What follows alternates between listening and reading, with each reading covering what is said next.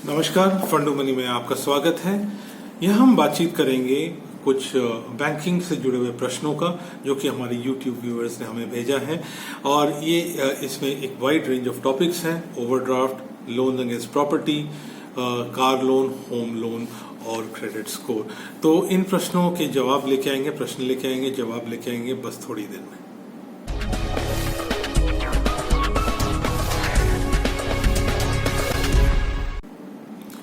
फंडू money में आपका फिर से स्वागत है। हम बैंकिंग से जुड़े हुए कुछ प्रश्नों के जवाब दे रहे हैं यहाँ पे, जो कि हमारी YouTube के दर्शकों ने हमें भेजा है।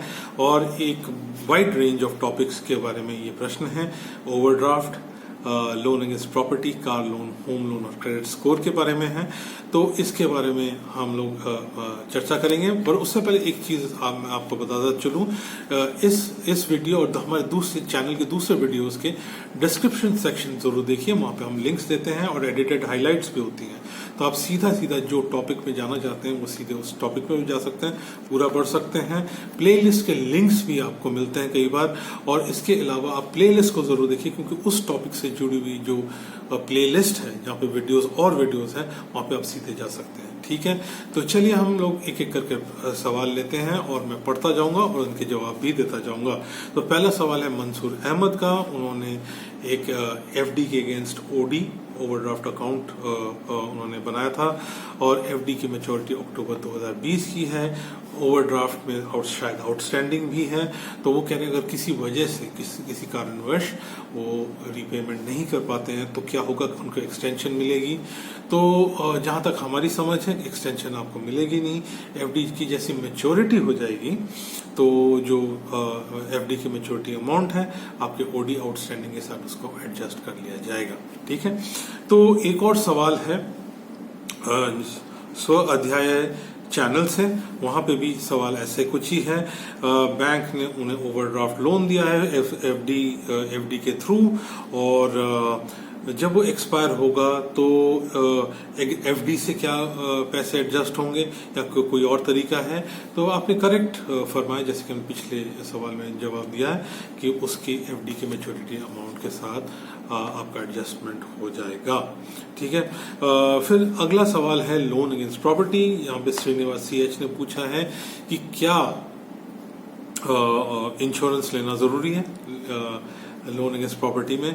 हाँ श्रीनिवास जी, जरूरी है। प्रॉपर्टी इंश्योरेंस लेना जरूरी है जब आप लोन अगेंस्ट प्रॉपर्टी ले रहे हैं। तो ये लोन अगेंस्ट प्रॉपर्टी का हमने एक वीडियो भी है हमारे चैनल में, जरूर आप उसको देखें। काफी पॉपुलर वीडियो है, काफी सवाल हमारे पास आए हैं।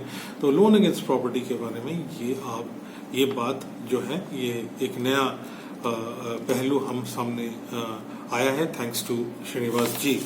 ठीक है, तो अगला सवाल है कार लोन का।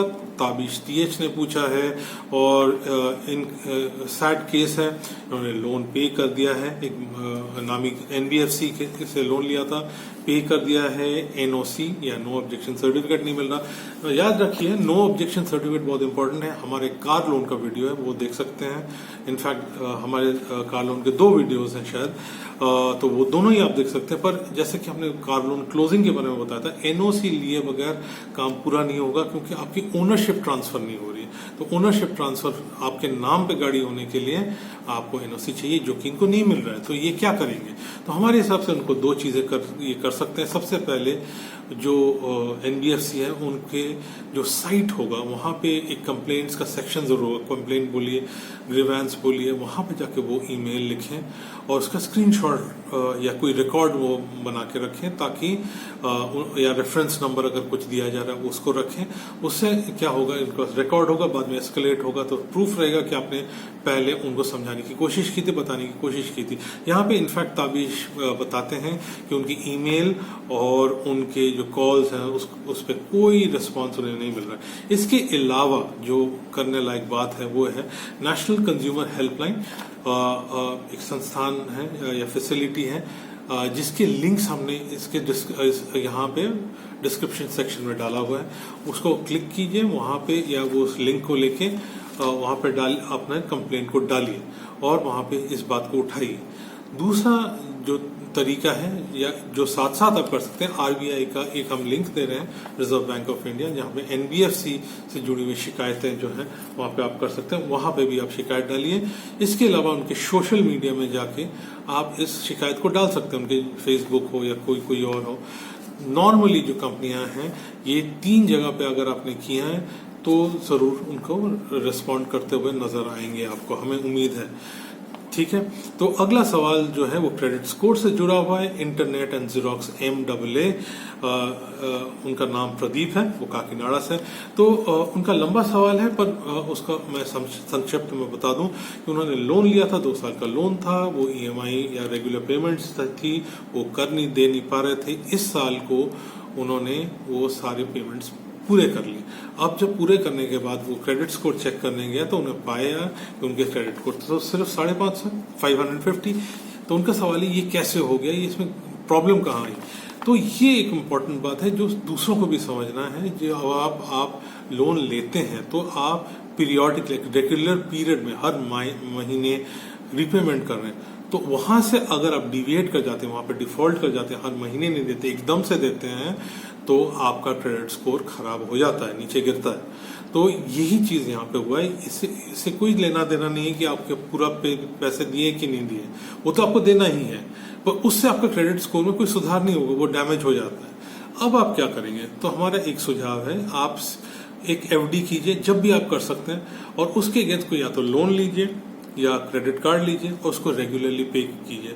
फिर आगे चल के फिर दोबारा इस टाइप की चीज कीजिए जहाँ पे आप सिक्योर्ड लोन ले रहे हैं, मतलब एक एसेट को लगा रहे हैं, म्यूचुअल फंड है, शेयर है या कुछ और है, लोन अगेंस्ट प्रॉपर्टी है, और उस लोन को आप टाइम पे पे कर रहे हैं। इससे क्या होगा, आपकी क्रेडिट अपने जो हिस्ट्री है उसको सुधार रहे हैं, हिस्ट्री में नए आपके पास आयाम या एस्पेक्ट्स आ रहे हैं, तो आप पाएंगे कि 2 या 3 साल में आपकी क्रेडिट स्कोर जो है फिर से सुधर जाएगी।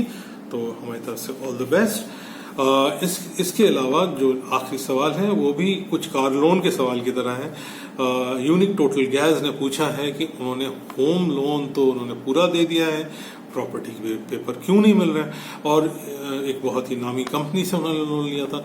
तो सबसे पहले तो आप चेक कीजिए कि कोई ऐसा तो कोई बात तो नहीं है, कोई प्रोसीजर जो जहाँ पे आपकी तरफ से कमी रहेगी, तो वो अगर पूरा नहीं होता, क्योंकि ये ऑटोमेटेड सिस्टम ज्यादातर हैं, तो वो किक ऑफ नहीं हो पाता। दूसरी बात है कि अगर बात आगे नहीं बढ़ रही है तो उनके जो साइट या उनके ऐप या डिजिटल जो भी आउटपोस्ट है वहां पे जाके आप कंप्लेन लिखिए, उसका रिकॉर्ड रखिए, ठीक है, स्क्रीनशॉट रखा, कुछ रखा। इसके अलावा तब भी अगर ये लोग नहीं करते, जब होना चाहिए, क्योंकि ऑटोमेटेड सिस्टम्स में ये रिकॉर्डेड हो जाते हैं, वो कहते हैं कि हम आपका जवाब देंगे। अगर तब भी प्रॉब्लम सॉल्व नहीं होता, सुधार नहीं होता, तो अब आप क्या करेंगे, वही रूट रहेगा। आप नेशनल कंज्यूमर हेल्पलाइन जाइए, जिसके लिंक्स हमने बताया था कार लोन वाले क्वेश्चन में, वहाँ पे क्लिक कीजिए, वहाँ पे जाइए, वहाँ पे जाके अपना कंप्लेन शिकायत कीजिए। इसके अलावा आरबीआई में का जो लिंक हम बता रहे हैं एनबीएफसी का, वहाँ पे जाइए। ये जो प्रॉब्लम है एनबीएफसी से जुड़ा हुआ है, यूनिक टोटल गैस का।